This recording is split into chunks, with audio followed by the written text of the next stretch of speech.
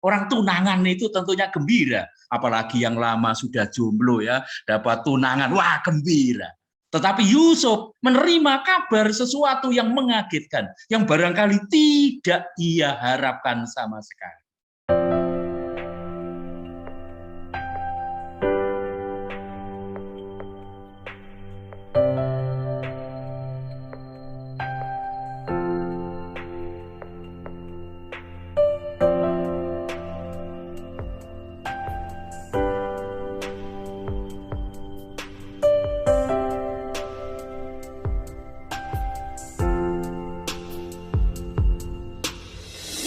Tema kita malam ini, seperti yang diminta oleh Carmelite Center Jakarta melanjutkan renungan di tahun Santo Yosef, saya mendapat tugas untuk mendalami bersama-sama dengan Anda ketulusan hati Santo Yosef.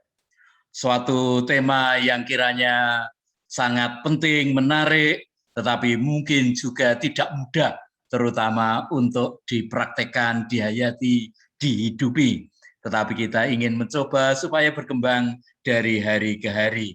Dan Santo Yosef dalam soal ketulusan hati adalah sebuah teladan yang kiranya istimewa. Saya ingin memulai dengan bertanya ini. Nanti ada 3 poin yang ingin saya sampaikan. Pertama, di mana sebetulnya letak ketulusan hati Santo Yusuf itu? Lalu yang kedua, apa itu ciri-ciri ketulusan hati? Apa itu ketulusan hati? Bagaimana itu? Itu yang ketiga, apa maknanya ketulusan hati di dalam kehidupan kita? Apa kalau mau dikatakan faedahnya ketulusan hati, mempunyai hati yang tulus itu untuk hidup kita sehari-hari? Yang pertama, kita ingin membuka Injil. Dan inilah yang barangkali sedikit dari teks dalam kitab suci yang berbicara tentang Santo Yusuf secara eksplisit. Yakni pertama-tama tentang ketulusan hatinya.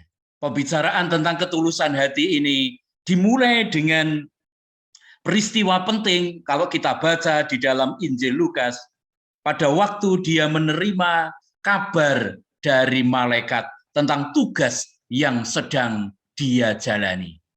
Suatu break atau sesuatu yang mengagetkan. Dan disinilah terlihat, atau mungkin lebih tepatnya diuji sungguh-sungguh ketulusan hati Santo Yusuf itu. Dan nampak nanti ketulusan hatinya justru ketika dia menghadapi sesuatu yang tidak terduga. Sesuatu yang sulit. Ketulusan hati itu nampak di dalam kesulitan. Dalam berita yang mengagetkan bagi Yusuf ini. Kita baca di dalam Injil Lukas bab 1 ayat 18 yang membuka cerita tentang kelahiran Yesus dalam versi Lukas. Pada waktu Maria ibunya bertunangan dengan Yusuf.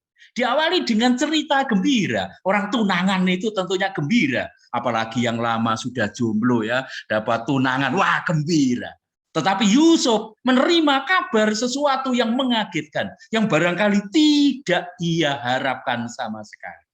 Jadi para saudara, Santo Yusuf seperti kalau kita mengerti sungguh-sungguh, dia menghadapi sesuatu yang tidak terduga, yang berat sekali, berat saya kira bagi dia. Ternyata karena apa? Ternyata di sini Santo Lukas menggunakan kata penekanan ini. Ternyata ia mengandung. Jadi Maria tunangannya itu mengandung. Padahal dikatakan sebelum mereka hidup sebagai suami istri. Jadi hal yang mengagetkan, yang tidak terduga. Walaupun dikatakan di sini oleh Santo Lukas bahwa Maria tunangannya mengandung dari Roh Kudus. Tetapi apakah itu gampang saja dipercaya?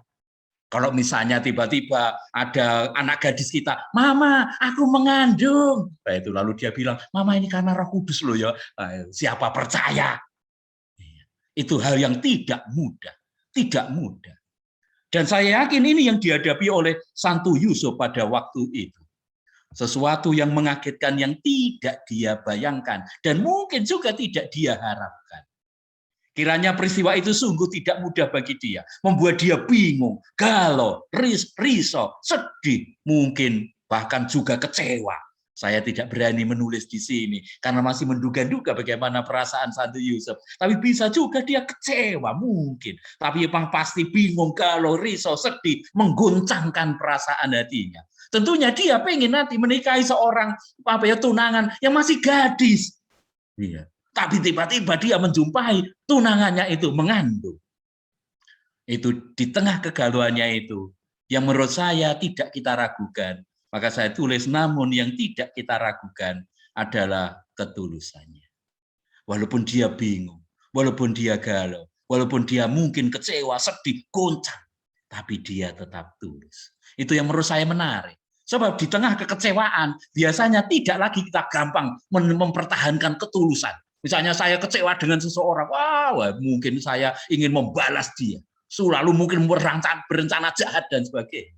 Mungkin kalau pemuda yang lain, mungkin waduh ya sudah cari saja yang lain. Mungkin seorang gadis di Nazaret atau kenalan lamanya dan sebagainya. Apakah tidak seperti itu juga alternatif yang bisa dipikirkan oleh seseorang ketika menghadapi kenyataan macam ini? Tetapi kita mendapat informasi, nampaknya yang tidak perlu kita keragukan adalah ketulusan Yusuf ini. Yusuf memang sangat risau oleh kehamilan Maria yang tidak dapat dipahami. Ini tulis Bapak Fransiskus dalam Patris Corde itu. Dia tidak ingin mencemarkan, tapi yang menarik, dia tidak ingin mencemarkan nama istrinya di muka umum. Oleh karena itu, ia memutuskan untuk menceraikannya diam-diam. Menceraikannya diam-diam, artinya meninggalkan diam-diam. Tentunya ini sangat menarik untuk didalami, tapi tentunya membutuhkan waktu yang panjang untuk bicara mengenai persoalan yang sangat serius ini. Itu sesuatu yang menarik untuk didalami sungguh, walaupun saya pendek saja barangkali mengatakan kepada Anda. Dalam teks yang kita baca dalam kitab suci, biasanya kita baca demikian, karena Yusuf suaminya seorang yang tulus hati, itu tunangannya artinya, tidak mau mencemarkan nama istrinya di muka umum. Ia bermaksud menceraikannya diam-diam. Artinya dia memang lalu supaya tidak mempermalukan Maria, dia lalu kemudian pergi diam-diam karena tulus. Sebetulnya dia punya hak, punya hak untuk menuntut Maria. Maka sebetulnya teks ini sedikit ada catatan. Dalam bahasa Yunaninya seperti saya tulis di sini, bagi yang bisa membaca silakan membaca ya. Yosef de anauner autes dikaios on kai dan titik-titik. Itu dalam bahasa Yunaninya demikian. Yang ingin saya katakan bukan untuk gaya-gaya ya ini, karena kata dikaios itu bisa punya pengertian, tidak sekedar tulus hati, oh dia memang orangnya baik sekali, sehingga lalu dia tidak ingin mencemarkan, tidak hanya sekedar itu yang mau saya katakan. Menurut mereka yang tahu bahasa aslinya, ini bisa juga punya makna sedikit lain. Maka ada terjemahan, walaupun Yusuf seorang yang lurus. Artinya apa? Itu terjemahannya kedua ini nampaknya mempunyai makna yang lebih kuat lagi. Itu. Jadi artinya orang lurus, artinya bahwa memang dia orang benar, orang baik, orang lurus, orang ini. Artinya bahwa dia orang beragama taat. Dia orang yang dekat dengan Tuhan. Dia tahu hukum. Itu hal yang penting sekali di sini. Dia bukan orang yang tidak pernah pergi ke sinagoga, nggak pernah berdoa, enggak. Dia tahu aturan-aturan agama, orang yang saleh, demikian mungkin dalam terjemahan paling sederhana. Orang saleh yang tahu hukum. Orang yang tahu hukum, orang yang mengandung, ini tanpa diketahui suaminya yang sudah pasti, maka dia wajib dihukum rajam. Itu jadi sebetulnya ada persoalan berat sekali di sini. Maria karena kemudian dia mengandung sebelum mereka hidup bersama sebagai suami istri, maka sebetulnya dia bisa dijatuhi hukuman rajam. Apalagi kalau Yusuf, dia sudah tahu menuntut Maria karena dia tidak melakukan apa-apa sebelum itu. Maka di sini ketulusan bukan sekedar bahwa dia pergi diam-diam, enggak.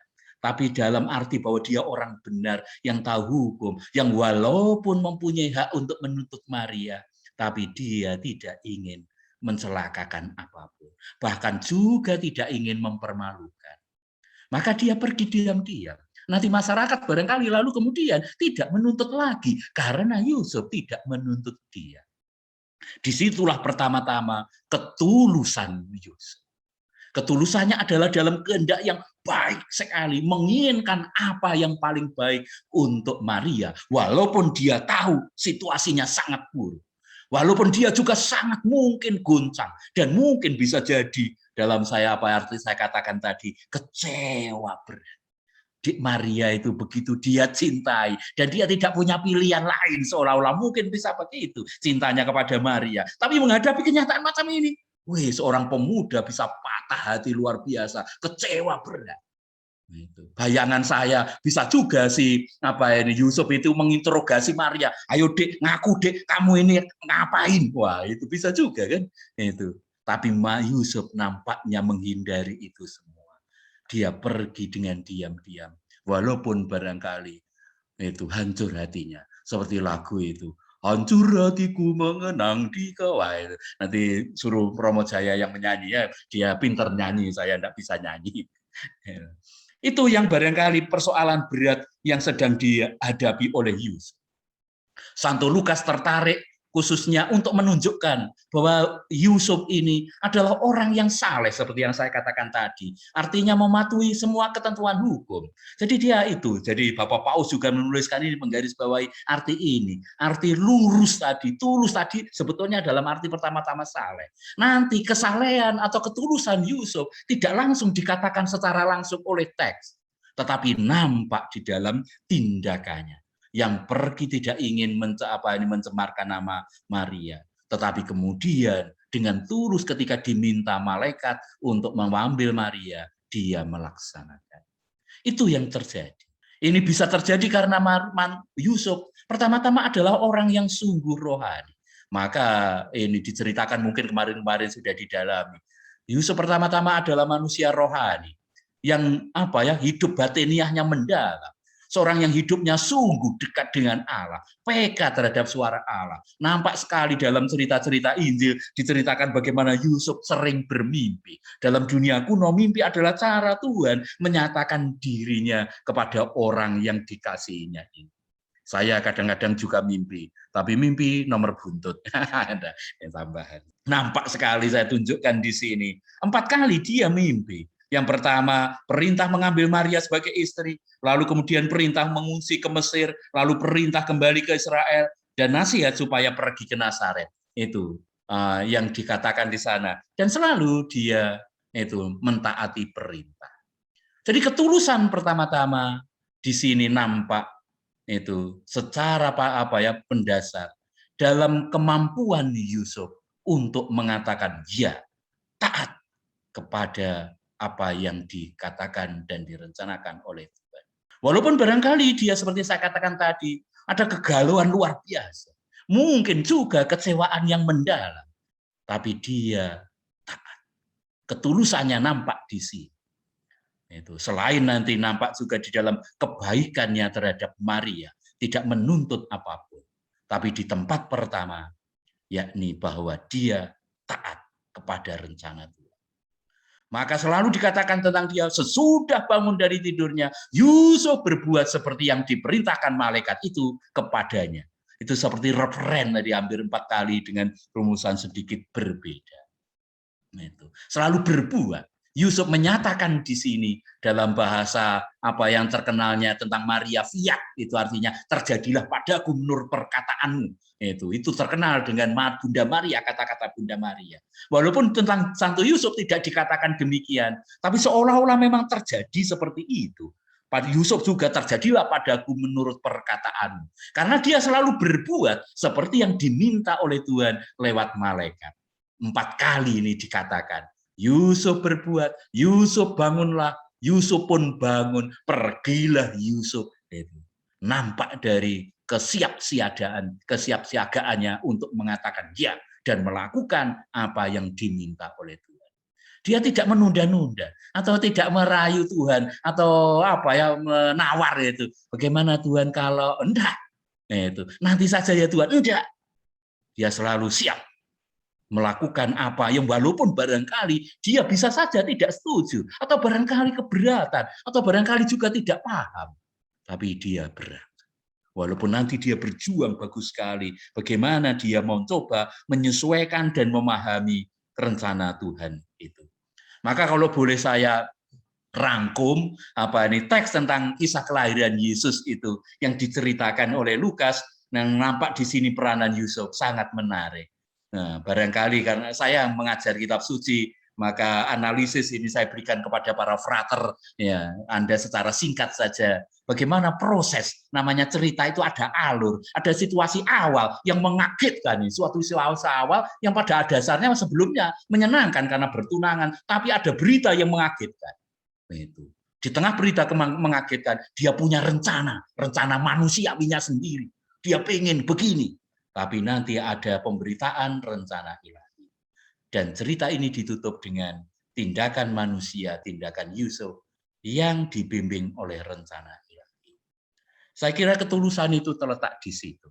Yakni ketika di dalam perjalanan hidup, dalam pergulatan apapun, kadang-kadang kita terkaget-kaget dengan sesuatu yang tidak kita paham. Pada akhir, kita menjadi orang yang tulus ketika kita menyerahkan apapun yang kita lakukan menurut bimbingan rencana ilahi. Demikian para saudara, letak ketaatan Yusuf nanti dia menjadi orang yang sangat baik kepada Maria, melakukan yang terbaik untuk Maria setelah dia menyerahkan itu pada rencana ilahi.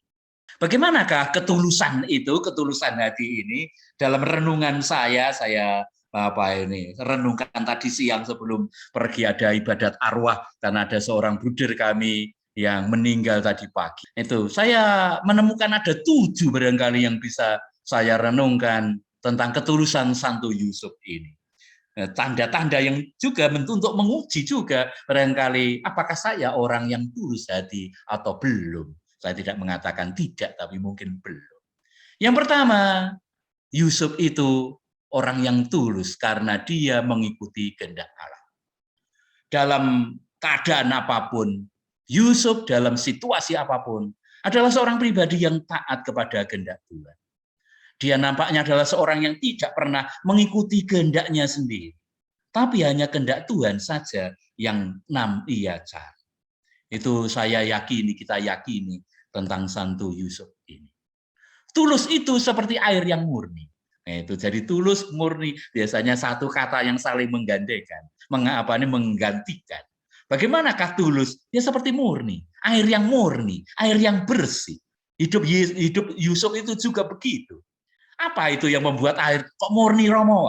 Itu saya minum ini ada gelas saya ya tidak kelihatan cangkir ini isinya tolak angin tadi. Ini tidak murni karena kecampuran mungkin ada jahe, ada ini, ada itu. Enggak murni lagi. Itu kecampurannya banyak artinya. Sementara yang murni tanpa campuran, hanya satu unsur saja. Itu murni.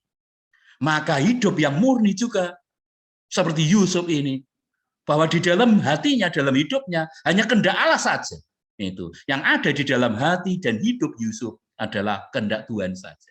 Tidak ada yang lain, tidak tercampur dengan unsur-unsur yang lain. Semacam misalnya kepentingan dirinya sendiri, agenda-agendanya sendiri. Bisa saja para saudara kita ini nampaknya melakukan sesuatu yang baik, tapi kita punya agenda sendiri. Di situ kita gagal menjadi orang yang bisa melayani sangat rajin, tapi ternyata misalnya seperti supaya kita supaya terkenal contohnya kan bisa saja. Itu kemurnian hati. Kemurnian itu artinya ya kepada rencana Allah, bukan pada rencanaku sendiri. Maka sekali lagi kata fiat terjadilah padaku itu bukan hanya Bunda Maria saja. Santo Yusuf menurut Bapak Paus dalam Patris Corde ini yang kita menjadi paham tahu, ternyata Santo Yusuf juga seperti Bunda Maria. Dia juga mengatakan, ya fiatnya terjadilah padaku menurut perkataanmu Tuhan, bukan menurut rencana. Yusuf nanti dalam perjalanan hidupnya nampaknya seperti itu. Ini juga yang dikatakan oleh Paus menarik sekali, bahwa Tuhan Yesus barangkali juga mencontoh bapaknya Yusuf. Tuhan Yesus menjadi orang yang taat nanti, mulai dari kecil sampai akhir hidupnya. Sampai nanti hampir di tiang gantungan pun, dia pengen menghindar itu. Ya Tuhan, jadilah jika mungkin piala ini berlalu daripadaku, tetapi kehendak-Mu saja, bukan kehendak. Menurut Paus, mungkin Tuhan Yesus mencontoh bapaknya yang nampak sebagai bapak yang selalu taat kepada kehendak Tuhan. Orang yang tulus. Yesus membaca dalam diri bapaknya ini. Orang yang tulus sekali. Tidak pernah menuruti keinginannya sendiri. Itu tidak cari kesenangannya sendiri. Itu nampak sekali. Nampaknya dibaca oleh Yesus dalam hidup Yusuf sehari-hari. Lalu yang kedua, orang yang tulus itu berani dan mampu menerima apa yang baik dan apa yang buruk. Ini menarik sekali menurut saya. Dalam Patris Corde dikatakan bahwa Yusuf adalah bapa yang menerima. Jalan menerima, bahasa Jawanya nerimo dalam arti positif ya, bukan dalam arti negatif. Nerimo, jalan menerima apapun adalah jalan rohani Santo Yusuf. Bapak Paus mengutip kata-kata dari kitab Ayub yang sangat terkenal. Salah satu kitab yang paling saya suka untuk didalami karena luar biasa mendalam. Apakah kita mau menerima yang baik dari Allah tetapi tidak mau menerima yang buruk? Manusia biasanya, senang sekali memuji Tuhan kalau menerima yang baik. Tapi kita jarang berani memuji Tuhan ketika menerima yang Yusuf seperti Ayub. Berani menerima, entah itu baik, entah itu buruk. Bagi Yusuf menerima apa yang nampak buruk dengan apa yang nampak baik sebagai sesuatu yang sama. Itu orang yang barangkali sudah sampai kepada ketulusan. Dia tidak banyak membandingkan apa yang baik dengan yang buruk. Itu. Tapi bagi mereka menerima bahkan juga yang buruk. Sama keterbukaannya dengan menerima apa yang baik. Menerima tanpa syarat. Ini juga yang dikatakan oleh Bapak Paus dalam Patris Corde. Yusuf menerima Maria tanpa syarat. Itu tanpa menuntut syarat apapun. Itu yang terjadi kemudian kan. Ya ambillah Maria sebagai istrimu. Itu dan dia diambil, menerima dia. Itu. Walaupun dia sudah mengandung sekarang. Tidak mudah itu menerima ini. Seorang pemuda yang lain barangkali sudah meninggalkan Maria. Ia mempercayai kata-kata malaikat. Dan mempercayai juga kata-kata Maria barangkali ketika setelah sharing kepada Yusuf. Keluhuran budinya membuatnya tunduk pada cinta kasih yang telah dipelajarinya melalui hukum. Dalam ketaatan sebagai orang saleh. Yusuf tampil sebagai tokoh laki-laki yang penuh hormat dan peka meskipun tidak memiliki segala informasi. Seperti saya katakan tadi, saya yakin Yusuf tidak menginterogasi Maria. Ayo dek, ngaku saja kamu berbuat apa enggak. Itu kalau kita tidak terlalu tulus, barangkali suka menginterogasi orang. Tapi dia percaya itu kepada Maria. Itu ketulusannya nampak di sana. Yang ketiga, tidak kecewa dan tidak memberontak. Nah, makanya tadi saya katakan saya tidak berani mengatakan Yusuf kecewa. Barangkali walaupun itu mungkin ada. Tapi Patris Corde, Bapak Paus mengatakan demikian. Seringkali dalam hidup kita banyak peristiwa yang terjadi yang maknanya tidak kita paham. Reaksi pertama kita seringkali adalah reaksi kekecewaan dan pemberontakan. Iya, saya yakin. Rata-rata kita cepat sekali langsung kecewa dan bahkan mungkin berontak kalau menghadapi sesuatu.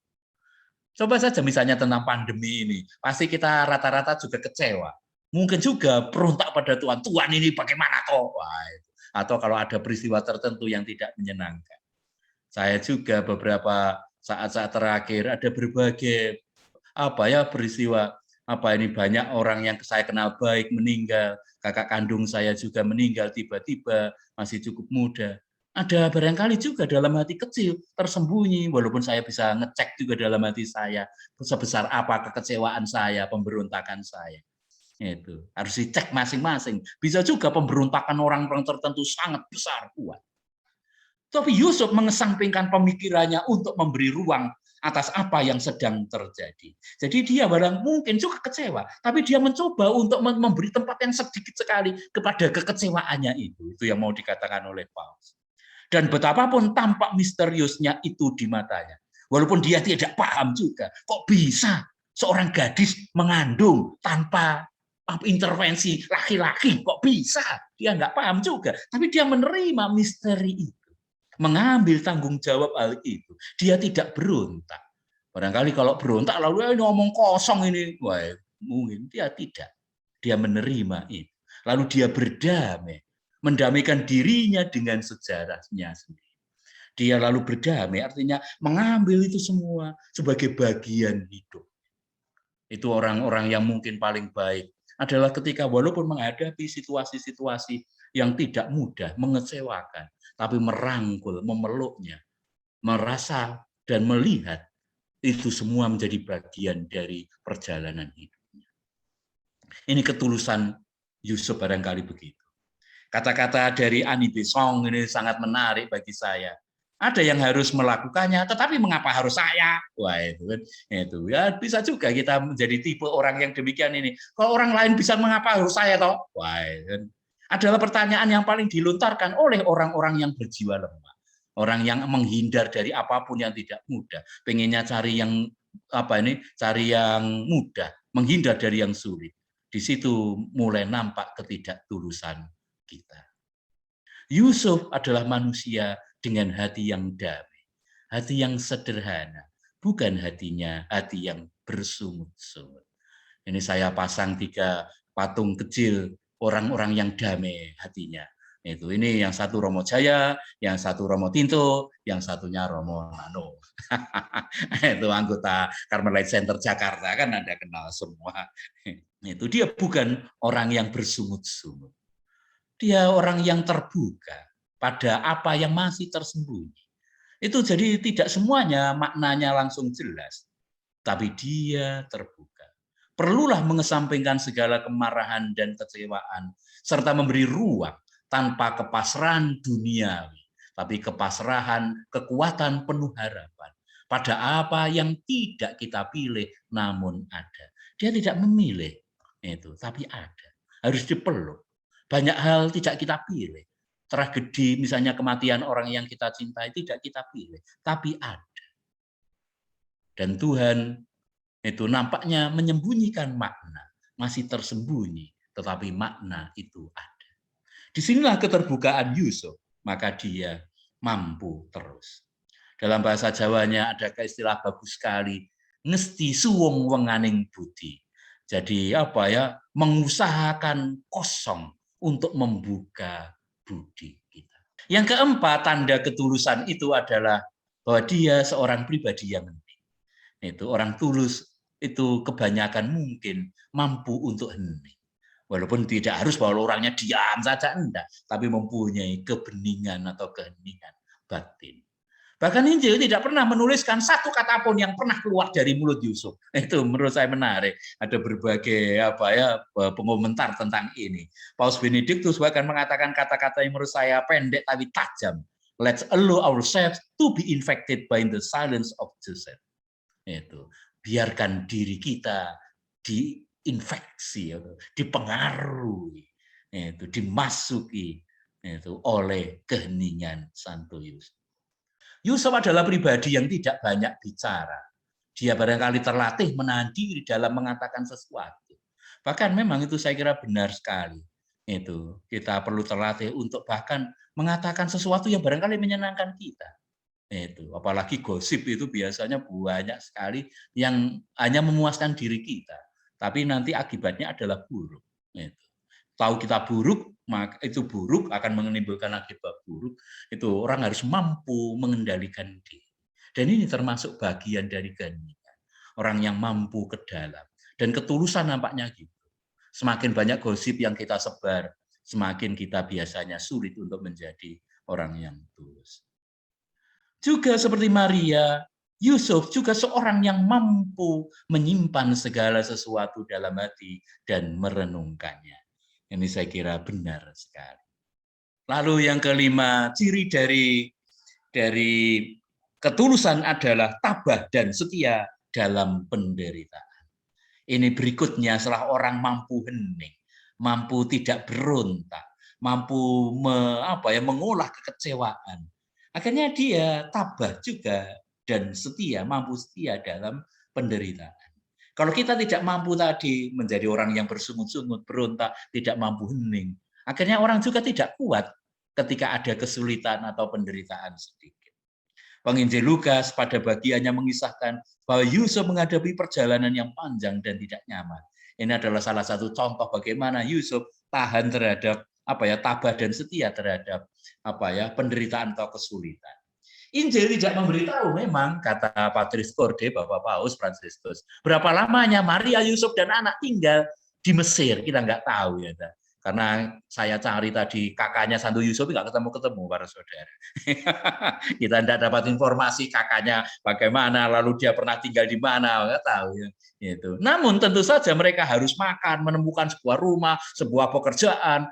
Nah, itu. Tidak perlu banyak imajinasi untuk mengisi sikap diam Injil mengenai hal ini. Keluarga kudus harus menghadapi masalah konkret seperti halnya keluarga-keluarga lain. Seperti banyak saudara migran kita yang ada bahkan saat ini, mempertaruhkan hidup mereka yang dipaksa oleh situasi kemalangan dan kelaparan. Demikian tulis Paus. Dengan bahasa yang mudah barangkali, wah dia mereka itu bertiga ini, Santo Yusuf, Maria, dan ya, Yesus kecil, harus barangkali pindah dari satu tempat ke tempat lain. Oh itu karena diuber-uber terus oleh banyak orang, dikejar-kejar terus oleh apa ini utusannya Herodes. Jadi mereka dalam situasi tidak aman. Mungkin dari tempat ke tempat lain, mungkin mengungsi kontrak, wah itu kos dan sebagainya. Itu bahkan orang Mesir sampai sekarang mempunyai tradisi yang panjang. Mereka yakin bahwa keluarga Nazaret ini pernah tinggal di kota mereka, tempat mereka, sehingga ada paling tidak 16, bahkan ada yang mengatakan 25 tempat di mana keluarga Nazaret pernah tinggal. Artinya mereka berpindah-pindah dari satu tempat ke tempat lain tanpa henti. Ini tentunya membawa penderitaan tertentu, dan Yusuf penanggung jawab utama untuk keselamatan mereka. Susah payah, baru dapat pinjaman satu rumah, sudah datang utusannya, wah itu, dan sebagainya, harus lari tempat lain. Ini menjadi kesulitan konkret, di mana barangkali iman dari Yusuf diuji sungguh ketulusannya. Mungkin kalau kita ngapain dulu saya mau, dan sebagainya. Tapi Yusuf barangkali tidak pernah mempertanyakan itu. Ini gambar yang sangat saya senangi. Lukisan dari Orazio Gentileschi dan Caravaggio, dua lukisan itu tentang Maria dan Yusuf yang sama-sama ini dari abad pertengahan. Itu lukisan tentang Bunda Maria dan Santo Yusuf sama-sama teler dalam perjalanan panjang mengungsi ke Mesir itu. Yusuf mengenal lelah, mengenal lapar dalam pengungsian itu. Tetapi hidupnya ditandai oleh pengorbanan yang besar, tapi justru nampak di situ ketulusannya. Orang tulus itu dalam Mazmur 15 4C, saya analisis apa ini Mazmur ini sangat menyentuh menurut saya. Orang tulus itu salah satu cirinya di antara 9 ciri yang lain dalam Mazmur 15 ini dikatakan adalah orang yang berpegang pada sumpah meskipun rugi. Itu orang yang tulus. Orang yang berpegang pada sumpah, tetap pegang sumpahnya walaupun dia rugi. Itu makanya lalu kemudian dalam janji pernikahan itu dikatakan itu kan akan setia seumur hidup itu dalam untung dan malang, dalam sehat dan sakit, dalam suka dan duka. Itu dalam untung dan malang. Jadi walaupun malang rugi, wah nggak untung ini. Wah itu kalau Anda menikah karena cari untung, wah itu bukan menikah, itu namanya jadi bakul atau jadi pedagang, cari untung.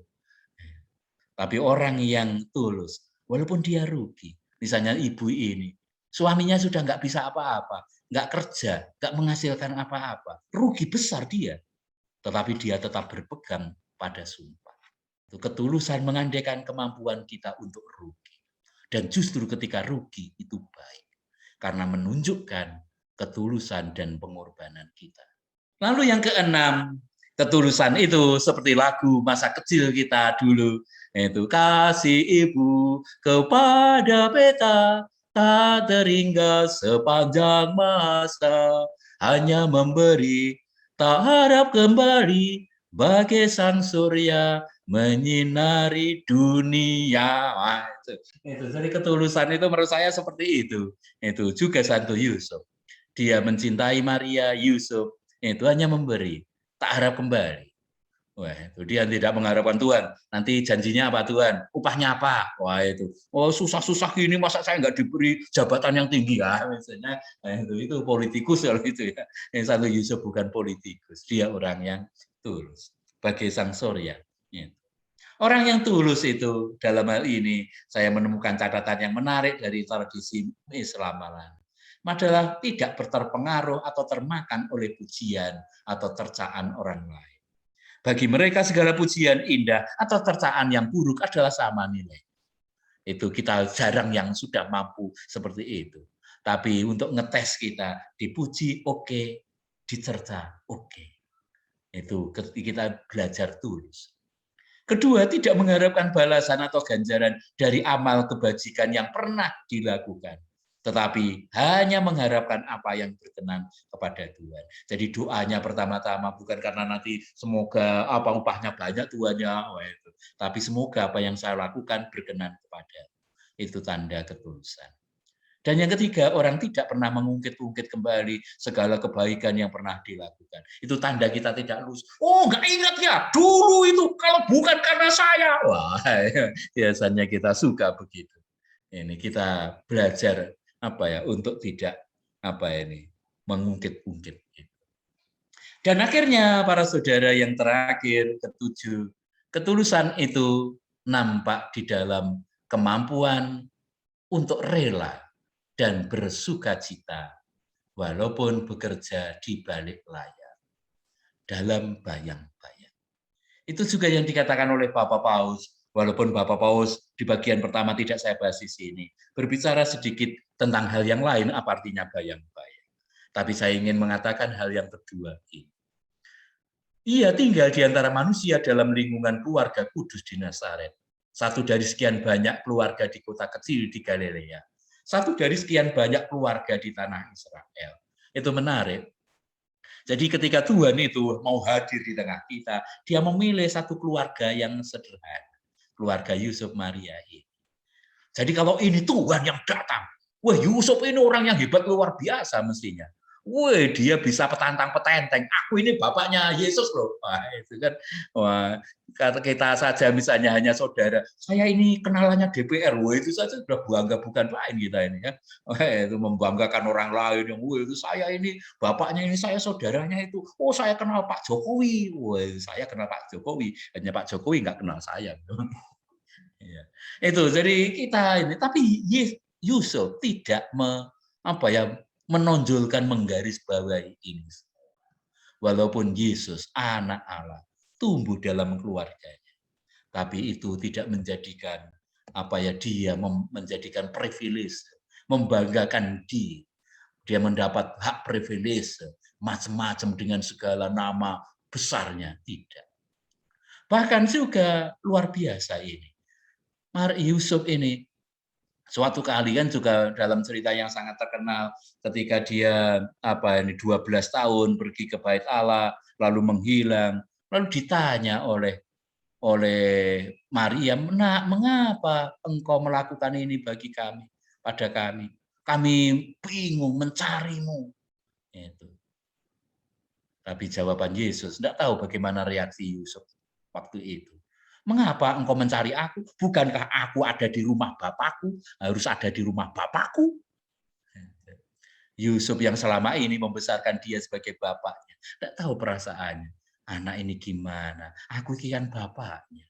Walaupun dia barangkali belum cukup paham. Tapi dia menerima. Yusuf nampaknya tidak protes. Yang protes Maria ya. Itu menarik. Iya. Ini, jadi dia lepas bebas. Sikap lepas bebas itu juga ketulusan. Kalau kita pengen memegang apapun itu, jabatan ini hanya saya bisa, yang bisa hanya saya ini. Misalnya gitu, tanda bahwa ini tidak tulus. Menjadi seorang bapak berarti memperkenalkan anak pada pengalaman hidup, pada realitas. Dan dia tidak menahannya. Dia memberi Yesus kebebasan. Ini ketulusan Yusuf. Walaupun dia berjasa membesarkan Yesus. Tapi dia tidak ingin menguasai. Kasih yang murni itu tidak posesif, kata Paus. Barangkali inilah sebabnya, selain penyebutan sebagai Bapak, tradisi juga telah menempatkan Santo Yusuf sebagai Bapak yang amat suci. Sebutan ini bukan hanya penanda emosional, melainkan sintesis dari suatu sikap yang berlawanan dengan sikap posesif. Itu kata Paus. Kesucian adalah bebas dari sikap posesif dalam seluruh hidup kehidupan. Hanya bila kasih itu murni, maka kasih itu sejati. Itu. Jadi Yusuf tidak posesif terhadap anaknya Yesus ini. Kebahagiaan Yusuf bukanlah sekedar logika pengorbanan diri, melainkan pemberian diri. Orang tidak pernah melihat sikap frustasi pada diri Yusuf. Itu menarik catatan dari Paus ini, para saudara. Katanya kalau kita frustasi, gampang frustasi, itu tanda bahwa kita kurang tulus nampaknya. Kalau kita tulus, kita tidak menjadi gampang frustasi. Tetapi pada kepercayaan, sikap diamnya yang teguh tidak berisi keluhan. Itu keluhan-keluhan. Tetapi selalu merupakan sikap penuh kepercayaan. Jadi dia diam bukan karena sudah cuek bebek, enggak, tapi dia percaya. Dia menjalankan tugas sebagai hamba yang tak berguna. Seorang bapak yang sadar untuk melaksanakan tindakan mendidik dan menjalankan peran kebapaannya sepenuhnya hanya ketika ia telah membuat dirinya tak berguna. Maka ini yang nanti disebut oleh Yesus juga ketika mengajar para muridnya untuk melayani dengan tulus itu. Kalau sudah selesai, kami ini hanya melakukan apa yang harus kami lakukan. Kami ini hamba tak berguna. Yesus nampaknya mencontoh bapaknya yang punya sikap seperti itu. Itu tidak pernah menunjukkan jasanya ketika Yesus berkembang. Yesus jangan lupa loh jasa Bapak lo ya. Enggak, dia tidak demikian. Yusuf adalah manusia yang tulus hati. Semua kisah Santo Yusuf dalam Injil menunjukkan bahwa ia adalah teladan dalam ketulusan hati. Maka tidak mengherankan dalam berbagai lukisan kelahiran abad pertengahan, Yusuf digambarkan berada di pojokan. Ini para saudara. Jadi ada binatang-binatang yang lain, itu Maria ada di tengah bersama bayi Yesus, ada gembala. Tapi Yusuf mestinya dia kepala keluarga, malah di pojokan. Itu. Walaupun kepala keluarga, Yusuf tidak dihadirkan di tengah. Karena yang semestinya mengambil tempat di tengah adalah Tuhan Yesus sendiri. Itu maka dia dikatakan orang yang bekerja di balik layar sebagai bayang-bayang saja. Baik para saudara, itu 7 ciri dari ketulusan menurut refleksi saya belajar dari Santo Yusuf. Dan poin yang ketiga, yang terakhir ini, makna ketulusan hati dalam perjalanan hidup rohani. Ada 3 makna yang saya renungkan dari peristiwa Santo Yusuf atau juga yang lain. Yang pertama, mengapa kita ini harus tulus hati? Itu pertanyaannya. Mengapa kita harus berjuang untuk menjadi tulus hati? Apa romo ruginya kalau kita tidak tulus hati? Kalau hati kita ini penuh dengan ketidaktulusan, misalnya gitu. Kalau ekstrimnya ya, apa maknanya kita ini harus tulus hati? Apa enaknya toh romo? Mungkin. Yang pertama, ketulusan hati adalah tujuan hidup dan perjalanan rohani. Itu yang mungkin secara besar mendasar ingin saya katakan. Pentingnya ketulusan hati adalah bahwa ketulusan hati merupakan titik akhir dari perjuangan kita sebagai manusia rohani. Itu kalau boleh dikatakan seperti itu. Mengapa? Itu. Saya kutip satu hal ini dari Sufi Syekh Abdul Qadir Al-Jailani. Tapi saya kira juga berlaku untuk Santo Yusuf. Jadi ketulusan itu memberi nilai pada semua tindakan kita. Jailani mengatakan demikian. Banyak perbuatan biasa menjadi bernilai karena terbungkus dalam niat yang bagus. Sebagaimana banyak kewajiban menjadi tak bermakna lantaran niatnya yang tak lurus. Saya kira benar. Hal yang luar biasa, nampaknya besar, itu penuh prestasi. Tapi barangkali tidak bermakna, terutama di mata Tuhan, ketika dilakukan dengan ketidaktulusan. Tapi hal yang sangat sederhana, itu Yesus menceritakan itu di dalam kisah bagaimana dia mengamati orang-orang yang membawa persembahan. 2 peser dari janda yang miskin itu lebih besar menurut Yesus. Itu ketulusan, lambang ketulusan juga. Barangkali orang tulus, walaupun yang dilakukan sangat sederhana, tapi nilainya barangkali jauh lebih besar daripada hal besar yang dilakukan tanpa ketulusan. Tujuan hidup Karmel bahkan menggariskan demikian, bahwa kemurnian hati, ketulusan itu begitu penting.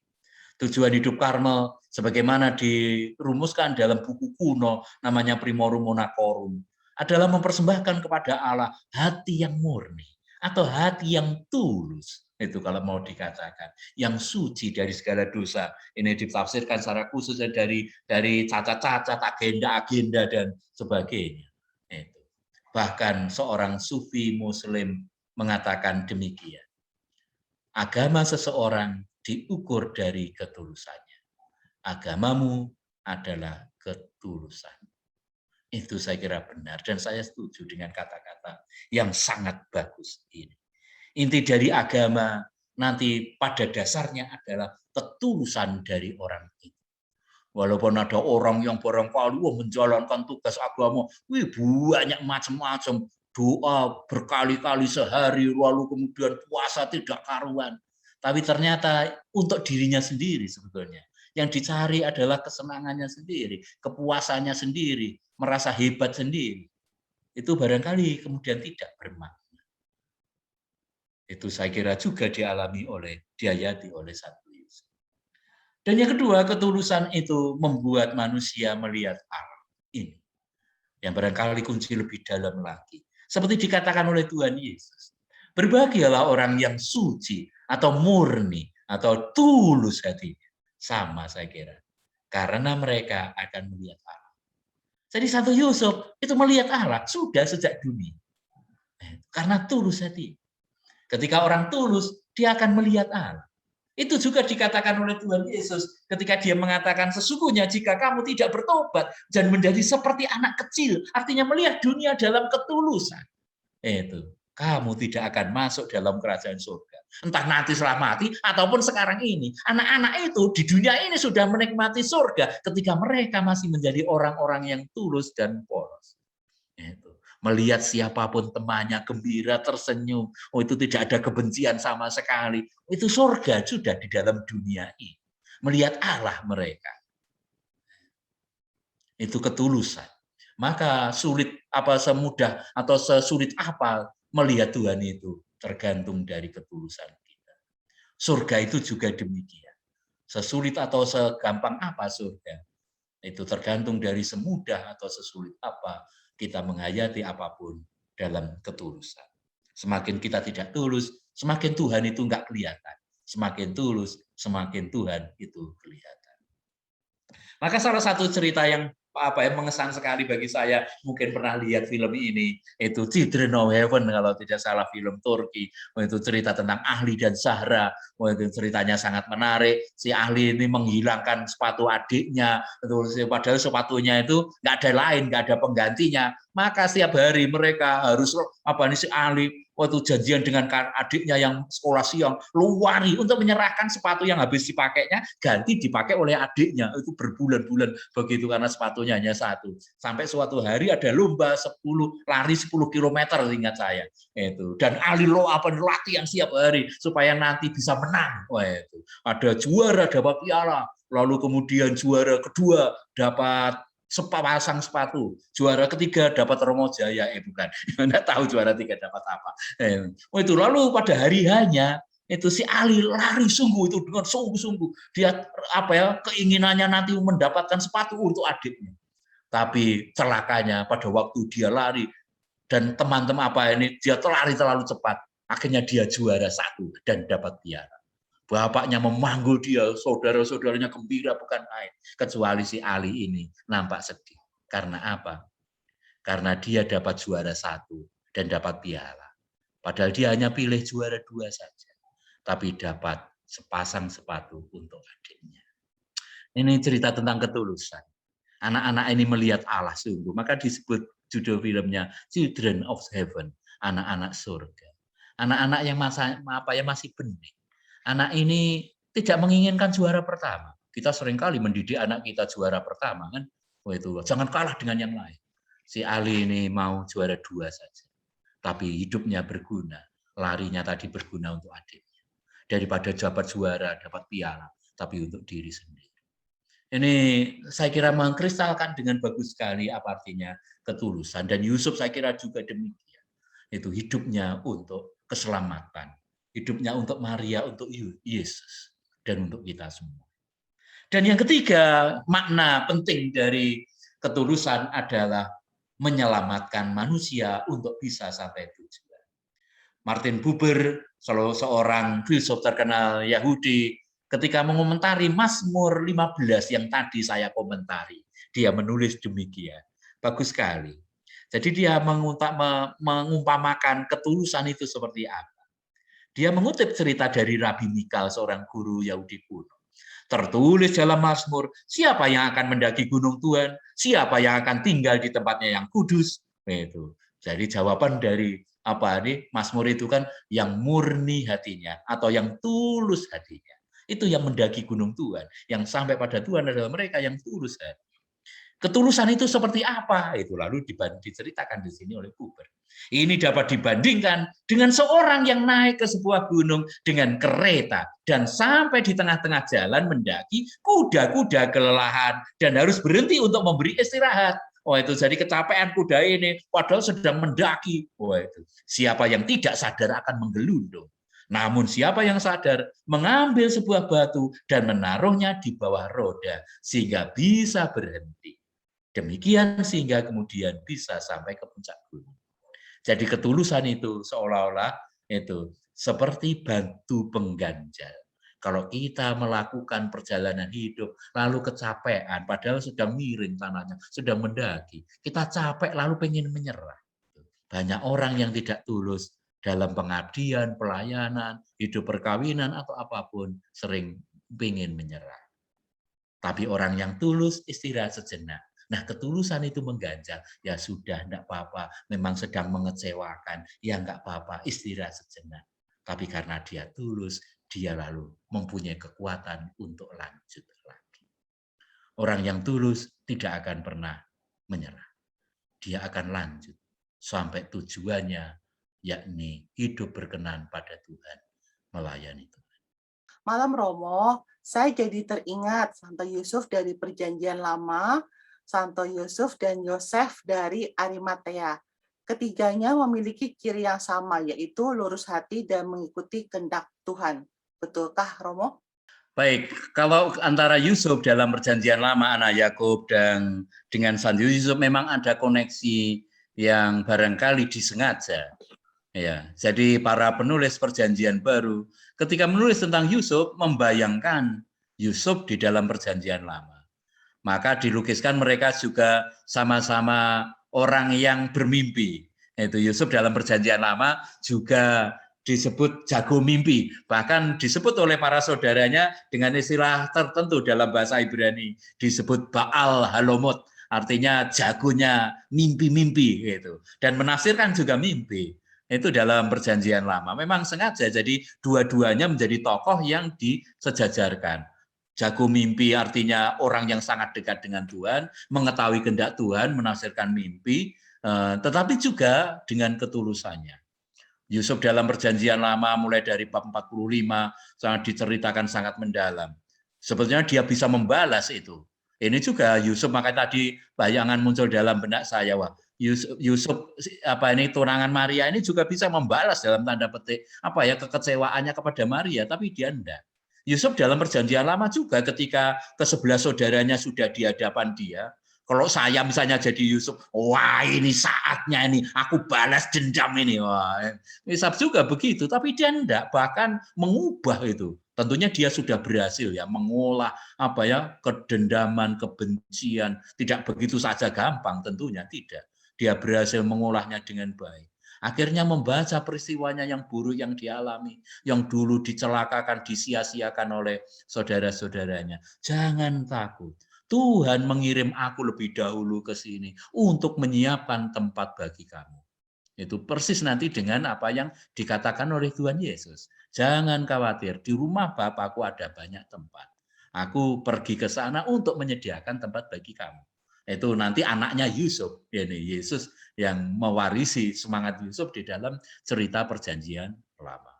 Itu jadi dua-duanya memang dikaitkan disengaja oleh apa ya penulis Perjanjian Baru. Ketika menulis Santo Yusuf, ingat Santo Yusuf di dalam Perjanjian Lama dalam kitab Kejadian bab 37 sampai 50 anak Yakub. Sementara dengan Yusuf dari Maria Arimatea mungkin kebetulan ya. Mungkin namanya Yusuf itu orang baik. Arti Yosef dalam bahasa Ibrani artinya menambahkan.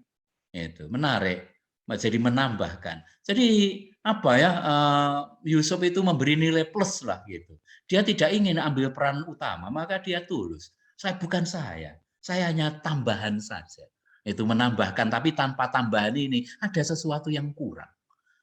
Itu kata Yusuf sendiri punya makna yang sangat mendalam. Ya. Atau orang yang bertambah juga bisa. Tidak hanya menambahkan tapi juga bertambah. Hidupnya berkembang. Yusuf adalah manusia yang berkembang. Dari apa ya, keinginannya untuk pergi diam-diam sampai nanti memberikan seluruh hidupnya bagi keluarga Nazaret ini. Bagaimanakah cara memulai menumbuhkan rasa ketulusan hati dalam diri sendiri? Jika di dalam diri misalnya masih punya rasa sombong dan rasa tanpa pamrih dalam suatu hal, sehingga kita berbuat hal tersebut, misal halnya belajar, lalu si A hanya memberikan ilmunya kepada si gurunya, dan dalam ruangan mau mengajari temannya seperti itu. Panjang banget ya ini. Seperti itu ketika tidak ada yang tidak mau mengajarkan. Ini pertanyaan yang bagus tetapi tentunya tidak mudah. Ya, saya harus merenungkan, tapi yang nyantol dalam pikiran saya sekarang dua hal. Yang tadi sudah saya katakan barangkali secara tidak khusus ya. Yang pertama adalah menurut saya keheningan. Ya. Orang harus mampu hening. Tadi saya menyebut hati yang damai. Gitu. Kalau orang hatinya ribut, dia tidak mampu masuk ke kedalaman. Kalau kita tidak dalam, nanti yang kita cari itu dangkal-dangkal saja. Dan orang yang dangkal sulit untuk menjadi tulus. Pasti dia akan banyak pencitraan. Pasti dia akan banyak mencari nama. Ya, pasti mencari segala sesuatu yang barangkali wah di luaran. Itu. Maka orang harus hening. Itu tidak bisa kita menjadi tulus tanpa keheningan. Karena orang yang tidak tulus itu biasanya tidak cukup damai. Dan dia baru merasa damai sedikit kalau mendapatkan sesuatu yang barangkali mengangkat namanya. Walaupun itu pun sebetulnya juga bukan damai. Kesenangan ya, tapi sebentar. Sebentar lagi nanti akan hilang itu. Dan dia harus mencari sesuatu yang lain. Itu yang menurut saya orang harus mampu untuk hening. Lalu bisa gembira bahkan dengan hal yang sangat sederhana. Tadi saya memberikan sambutan pendek pada waktu ibadat sore untuk bruder yang kekal ini, yang meninggal ini. Ya, bruder ini pekerjaan seumur hidupnya hanya ngurusi rumah tangga. Dalam liturgi pekerjaannya seumur hidup hanya membunyikan lonceng pada waktu konsekrasi itu. Tapi sudah membuat dia gembira, saya kenal sungguh. Tadi malam saya orang terakhir yang mengunjungi beliau, saya berharap masih ketemu lagi, tapi meninggal pagi-pagi tadi. Meninggal dengan sangat tenang. Saya berdoa nyanyi Flos Karmelis malam sendirian. Itu. Orang gembira walaupun mengerjakan hal yang sangat sederhana. Gitu. Tidak ada yang mungkin memberikan pujian atau apa. Tapi karena ketulusan barangkali mampu tidak ribut hatinya. Yang kedua yang berkaitan dengan ini barangkali bagaimana kita belajar ketulusan, saya kira adalah mendidik keinginan. Keinginan manusia itu harus dididik. Kalau tidak dididik, dia akan menjadi tanpa kendali. Keinginan itu pada dasarnya liar. Dia harus dididik. Dan dididik sebaik mungkin mulai kecil. Anak kecil kalau kita dididik dengan keinginan yang salah, mereka akan menginginkan banyak hal yang salah.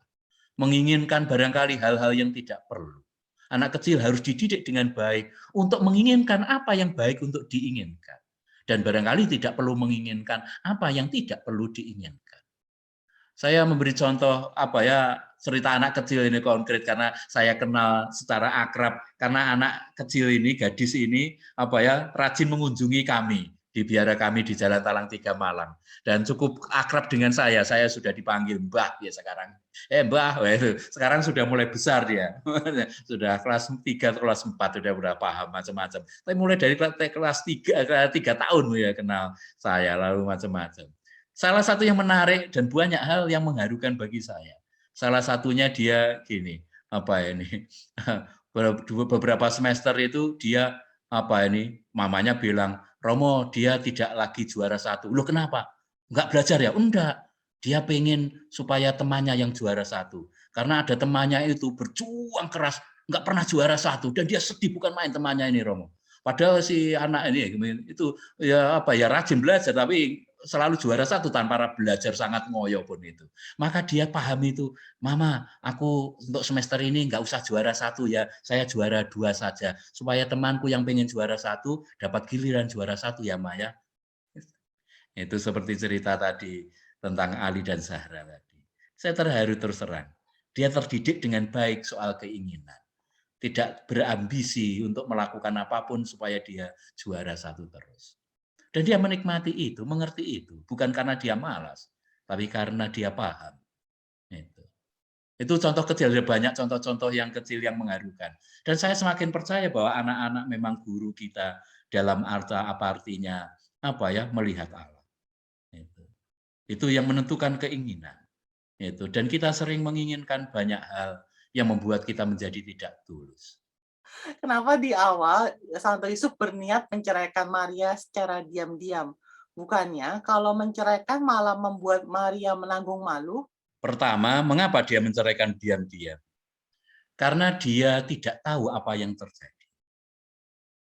Tentunya saya yakin, walaupun tidak dikatakan oleh teks, peristiwa itu sangat mengagetkan dia. Sulit untuk menerima begitu saja. Kita yang barangkali tidak mengalaminya sendiri, mungkin ya terima saja nanti tahu, itu dia akan jadi budak Allah loh. Dia nggak tahu. Dia menjadi tahu kemudian setelah diberitahu oleh malaikat. Pada awal dia ingin melakukan apa yang masih paling baik untuk dia. Tapi dia barangkali di dalam kegalauan, kerisauan, mungkin maka saya katakan tadi kekecewaan yang sangat berat. Sambil tetap tidak mencelakakan Maria. Walaupun dia punya hak loh, seperti yang saya katakan tadi, untuk menuntut Maria. Maka dia tidak menuntut Maria pertama. Lalu yang kedua, mendiam-diam. Karena tidak ada tuntutan bagi dia, bagi Maria. Itu. Diam-diam dalam arti, oh ya masyarakat mulai tahu, oh ya mungkin Maria sudah mempunyai relasi tertentu dengan Yusuf. Bayangan itu. Atau yang kedua, barangkali walaupun terjadi sesuatu, tidak ada tuntutan dari pihak tertentu yang punya hak pertama-tama adalah Yusuf.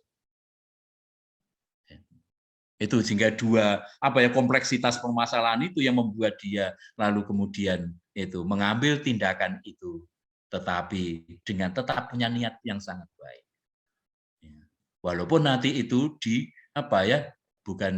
istilahnya dikoreksi atau bukan dikoreksi, pertama-tama lebih tepat adalah ada pewahyuan, ada pemberitaan mengenai sesuatu yang lebih besar yang tidak diduga oleh Yusuf, bahwa Maria mengandung dari Roh Kudus.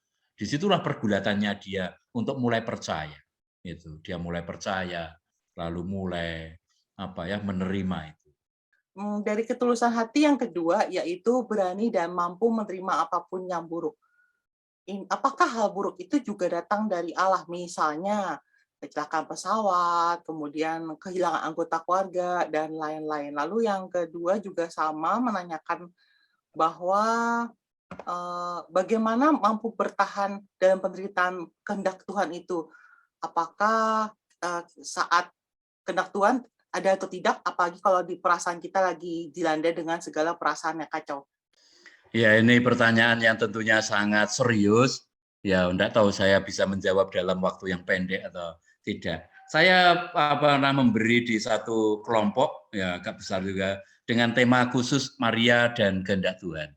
Itu secara khusus mengenai itu. Hanya saya ingat selama pandemi ini satu kata yang saya kutip beberapa kali adalah ini, kata-kata dari Santo Agustinus. Ya. Tuhan bukannya menciptakan sesuatu yang buruk, tetapi Dia menarik apa yang baik dari apa yang buruk. Pertama harus kita mengerti sungguh bahwa yang buruk adalah bagian dari realitas dunia. Kalau tidak ada buruk, tidak mungkin ada baik. Jadi yang baik mengandaikan yang buruk. Itu sesuatu yang harus ada di dalam dunia ini. Tidak mungkin ada sesuatu yang baik kalau tidak ada yang buruk. Sulit untuk menerima realitas tanpa keburukan juga. Maka keburukan adalah bagian dari dunia yang ada ini. Tetapi apa yang kuasa Tuhan itu terletak Bukan pertama-tama di dalam menciptakan apa yang buruk, tapi di dalam menarik apa yang baik, bahkan juga dari apa yang buruk. Contoh saja misalnya, mungkin kita bisa melihatnya sebagai sesuatu yang buruk, tapi bisa juga menyadarkan kita bahwa pemikiran kita ini hanya sepotong. Coba kalau misalnya kita langsung kaget saudara kita mati, kita protes, "Oh ini wah, Tuhan itu bagaimana menciptakan yang buruk?" Tapi coba kalau tidak ada yang kematian, lalu yang terus manusia itu hidup, akan menjadi suatu neraka tertentu. Saya menjumpai berkali-kali orang tua, "Romo, kapan saya ini dipanggil Tuhan?" Wah, jadi kematian pun juga bisa baik. Hanya saja bahwa kita belum tahu bahwa di dalam apa yang nampak baik itu, nampak buruk itu, ada sesuatu yang baik. Tadi dalam kata-kata Paus adalah jadi sampai kepada sesuatu yang tersembunyi. Di sini pergulatan kita melihat sesuatu yang baik di dalam apa yang nampaknya buruk. Saya pernah ditanya oleh seorang umat beberapa bulan lalu ketika saya memimpin misa online seorang saudara yang meninggal karena COVID. Satu pertanyaan yang telak juga pada saya, "Romo, mengapa Tuhan tidak menyelamatkan saudara kita ini?" Jawaban saya waktu itu, ya syukur pada Allah saya mendapat inspirasi ini. Saya tidak menjawabi, tapi saya bertanya balik, "Kok Bapak tahu bahwa Tuhan tidak menyelamatkannya?" Bagaimana Bapak tahu? Saya tidak tahu. Tapi saya bertanya, Bapak kok tahu bahwa Tuhan tidak menyelamatkan? Tapi memang mungkin dia tidak selamat dari COVID. Tapi Tuhan menyelamatkan dari hal yang lain yang mungkin lebih besar daripada yang kita pikirkan. Saya juga tidak tahu juga bahwa lalu kemudian ketika ada saudara kita mati karena kecelakaan pesawat, itu sesuatu yang buruk. Saya tidak tahu, saya tidak mampu menilai. Mungkin pada awal kita penilaian secara kasar, mungkin sebagai sesuatu yang buruk. Tapi apakah benar? Iya. Manusia tidak punya kuasa untuk menilai semuanya, semua. Saya ada banyak cerita itu mengenai ilustrasi. Ini mengenai ilustrasi biasanya. Itu Nasruddin ya, contoh dalam Musuhi Muslim itu suatu kali jalan-jalan lalu panas berteduh di bawah pohon kenari. Lalu dia lihat buah-buah kenari di atas itu. Tuhan itu bagaimana kok? Tidak bijak. Coba kalau buah kenari itu besar-besar, itu seperti buah semangka, kan mantep. Masuk pohonnya besar, buahnya kecil-kecil. Wah itu. Pada waktu ngomong, baru selesai ngomong itu, plok, itu ada satu butir buah kenari jatuh di kepalanya. Langsung Nasruddin berteriak, syukur, syukur ya Tuhan, Tuhan bijaksana, Tuhan bijaksana. Coba kalau buah kenari itu besar-besar, pohon buah semangka, kepalanya Nasruddin yang pecah kan mungkin. Contoh saja. Kita seringkali gitu. Salah satu titik keliru di dalam pemahaman kita ketika berbicara mengenai kehendak Tuhan. Selalu kita mengasosiasikan kata kehendak Tuhan itu selalu muncul kalau ada peristiwa buruk. Itu, misalnya ada saudara kita mati, ya gimana Romo, sudah kehendak Tuhan. Jadi kita itu melarikan selalu apa yang buruk pada kehendak Tuhan. Jadi kasihan sekali Tuhan, hanya bisa membuat yang buruk-buruk dalam hidup kita. Itu menjadi renungan tersendiri. Barangkali kalau menurut saya tidak ingin memperpanjang ini. Salah satu hal yang menurut saya mengapa kita mempunyai kesulitan persoalan demikian ini, mungkin jawabannya adalah karena kita tidak terlalu dekat dengan Tuhan. Orang yang dekat dengan Tuhan selalu berpikir, tidak mungkin Tuhan merencanakan yang buruk. Karena dia kenal Tuhan. Kalau kita sempat berpikir bahwa Tuhan merancangkan yang buruk, mungkin itu tes yang baik sekali, mungkin saya agak jauh ini dari Tuhan.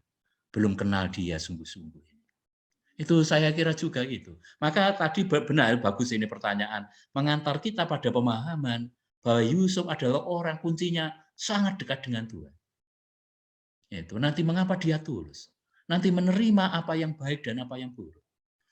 Ayub itu juga, maka saya katakan saya senang membahas ini setelah usia 40 tahun waktu itu, karena ketika belum 40 tahun pengalaman hidup itu masih miskin, belum kenal yang namanya penderitaan itu. Tapi kalau ketika sudah mulai paham apa artinya logika jalan Tuhan. Jalan Tuhan selalu jalan kasih, walaupun yang namanya kasih mempunyai logika tersendiri. Logika tersendiri yang berbeda dengan logika yang lain.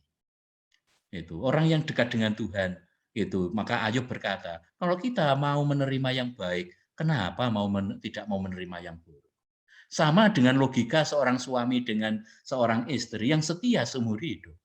Kalau pas suaminya nasibnya baik, jadi pejabat tinggi, wih setia, senang sekali, katanya cinta luar biasa pada suaminya. Tapi kenapa kalau saya menerima yang baik pada suamiku, ketika dia celaka, sakit, tua, kok saya tidak menerima dia? Nah, itulah. Orang ini sudah masuk di dalam logika cinta ketika dia menerima juga apa yang nampaknya buruk di mata kita.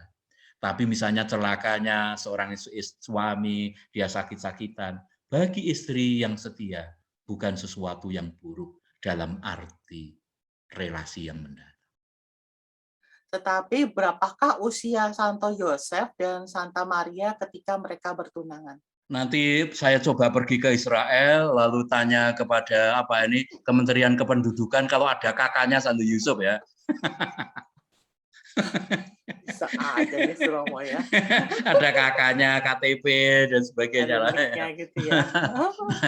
Karena memang di dalam kitab suci tidak pernah disebutkan ya usianya berapa. Artinya bahwa kalau tidak disebut barangkali ya tidak penting sama sekali. Kalau kita tahu bahwa Santo Yusuf suami usianya 55, lalu apa pengaruhnya? Tidak ada pengaruhnya sama sekali. Artinya mungkin ya tidak penting. Kalaupun misalnya kita hanya sekedar bermain, bergurau, bertanya, boleh juga gitu. Mungkin Santo Yusuf meninggal dalam usia kita tidak tahu. Ini ada dua tradisi. Jadi ada pemikiran bahwa Santo Yusuf menikahi Bunda Maria itu, Santo Yusuf sudah dalam usia yang cukup tinggi untuk membela. Jadi Santo Yusuf itu sudah tidak mampu. Nah, itu. Tapi saya nggak senang terus terang, nggak senang dengan cerita ini. Gitu. Jadi Yusuf saya kira normal, dia pemuda yang barangkali beberapa tahun lebih tua dari Maria. Itu kalau Maria diperkirakan waktu itu dia mengandung itu ya setelah haid usia 13, 14, 15 dia masih perempuan yang sangat muda. Kalau Yusuf barangkali beberapa tahun lebih tua, 5 tahun, mungkin dia dalam usia 20-an tahun menikahi Maria atau lebih dari itu. Pada zaman itu sudah boleh. Dan Yesus meninggal dalam usia kira-kira 33 tahun menurut tradisi. Jadi kalau 20 tambah 30 sekian. Jadi dia mungkin meninggal dalam usia 50-an tahun sebelum atau begitu, kita tidak tahu persis. Dalam zaman itu tentunya usia yang tidak tinggi sekali tapi juga tidak muda sekali. Maria barangkali berusia lebih panjang daripada dari Santo Yusuf. Karena kita tidak mendapatkan data dalam kitab suci bahwa Yusuf menyertai Yesus di dalam karyanya. Tidak muncul sama sekali. Diandaikan bahwa Yusuf sudah meninggal. Lalu memang dalam tradisi Yusuf itu meninggal sempat di dalam kegelisahan. Itu. Makanya lalu kemudian ada tradisi bahwa Yusuf adalah pelindung bagi orang yang menghadapi sakrat maut. Diceritakan bahwa dia gelisah. Itu. Mungkin dugaan kita tidak tahu persis kegelisahannya apa. Mungkin kegelisahannya adalah memikirkan anaknya. Karena dia tahu bahwa anaknya mempunyai tugas penting dari mimpi yang dia dapat itu. Sementara dia sudah dalam keadaan lemah secara fisik dan mungkin menghadapi saat ajalnya. Maka dia barangkali gelisah, bagaimana nanti anakku ini? Apakah bisa terus melanjutkan karya misinya yang begitu besar? Itu menurut dugaan saya, ini dugaan saya ya. Gitu. Tapi bisa juga mempunyai alasan tertentu. Maka katanya itu Yesus disusul, lalu kemudian pulang menjumpai bapaknya sudah dalam sakrat maut. Lalu Yesus menghibur dia, memeluk dia. Lalu Yusuf ini menjadi sangat tenang karena melihat barangkali Yesus sudah tumbuh sungguh. Maka dia mati secara sangat damai, tenang. Itu salah satu tradisi. Itu. Tapi dengan ini kita bisa mengambil kesimpulan bahwa Yusuf meninggal ketika Yesus sebelum memulai karya publiknya usia 30 tahun. Itu pasti, itu hampir pasti. Seperti yang tadi Romo Budi sampaikan juga dalam kitab suci, bahwa sangat terbatas tentang pengetahuan atau kisah Yusuf Santo Yusuf. Kisah hidup Santo Yusuf. Dalam Injil Lukas hanya menjelaskan bahwa Yusuf keturunan Daud. Kira-kira spiritualitas apa yang diwariskan oleh Daud leluhurnya sehingga Yusuf memiliki keutamaan-keutamaan yang demikian luar biasanya? Mungkin tidak pertama-tama bicara mengenai keutamaan Daud, tetapi Daud dikutip sebagai pendiri dinasti Daud, sebagai tokoh paling penting di dalam sejarah kerajaan Israel. Gitu. Jadi Mesias keturunan Daud, Yusuf anak Daud dan sebagainya. Karena kalau kita bicara dalam sudut negara, Daudlah tokoh yang paling penting. Tidak ada tokoh sepenting Daud. Gitu. Sehingga lalu Daud yang dikutip. Apalagi berbicara mengenai Mesias ini, orang yang terurapi. Itu seolah-olah menjadi nanti raja penyelamat, dan itu mengingatkan akan nama Daud. Dulu Daud adalah paling besar yang mendirikan Israel ini, memperluas kerajaannya. Nah, itu bayangan-bayangan, mimpi-mimpi, nostalgia ini selalu kembali ke nama Daud, tokoh paling besar di dalam sejarah Israel. Oleh karena itu lalu Yusuf disebut Yusuf anak Daud. Mesias nanti Yesus ini juga keturunan Daud untuk mengacu itu. Tapi saya kira tidak langsung mengacu kepada keutamaan-keutamaan.